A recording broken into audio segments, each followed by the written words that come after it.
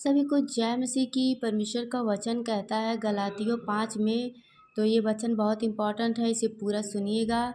स्वतंत्रता को सुरक्षित रखो, इसके बारे में यहाँ परमेश्वर ने वचन में आगे बताए हैं। तो आप लोग इस वचन को पूरा सुनिएगा। इस वचन के द्वारा परमेश्वर आप सभी को आशीष देंगे।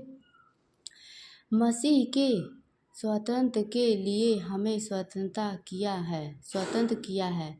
अतः इसी में स्थिर रहो और दासत्व के जुए में फिर से ना जूतो। यहाँ परमेश्वर ने कितने अच्छे से बताए हैं, तो आप लोग आगे ध्यान से सुनिएगा। परमेश्वर आप सभी को आशीष देंगे।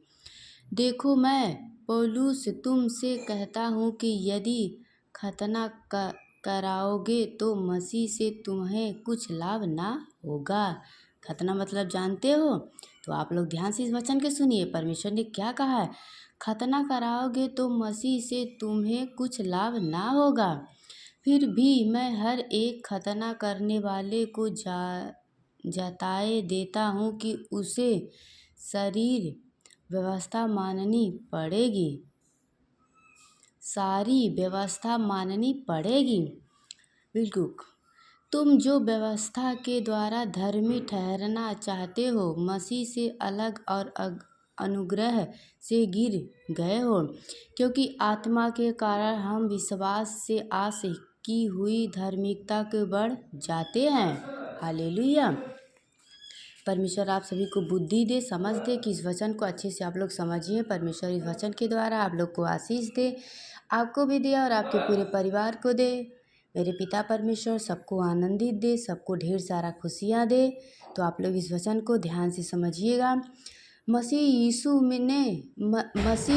में ना खतना और ना खतना रहित कुछ काम का है, परंतु केवल विश्वास जो प्रेम के द्वारा प्रभाव डालता है।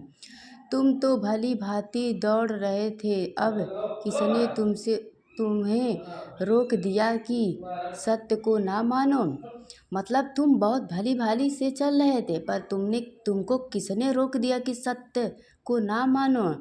ऐसी सीख तुम्हें बोलने वाले की ओर से नहीं, थोड़ा सा खमीर सारे गुदे हुए अंडे को खमीर कर डालता है।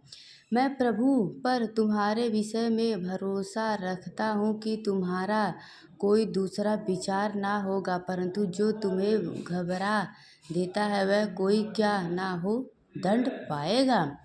मतलब जो हमें गलत राह पे चलाया है, जो उससे जाए, तो इसलिए आप हमेशा सत्य पे चलिए। यहाँ परमेश्वर ने आगे बताया है, परंतु हे भाइयों, यदि मैं अब तक खतना का प्रचार करता हूँ तो क्या अब तक सताया जाता हूँ? फिर तो क्रूस की ठोकर जाती रही।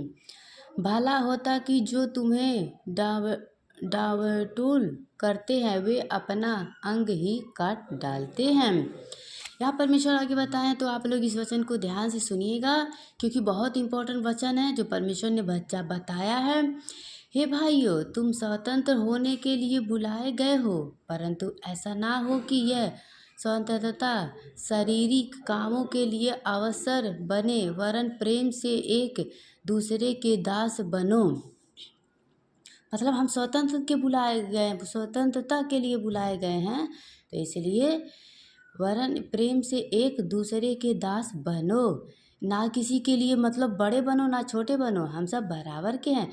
क्योंकि शरीर व्यवस्था इस एक ही बात में पूरी हो जाती है, तू अपने पड़ोसी से अपने समान प्रेम रख। पर यदि तुम एक दूसरे को दांत से काटते और फाड़ खाते हो तो चौकस रहो कि एक दूसरे का सत्यानाश कर दो। आमीन। तो इस वचन को ध्यान से आप लोग समझो। हम और आप एक दूसरे को हम और आप स्वतंत्र के लिए बुलाए गए हैं, तो आप लोग भी एक दूसरे से प्रेम करिए और प्रभु के वचन पे चलिए। परमेश्वर आशीष दे वचन के द्वारा। God bless you. आमीन।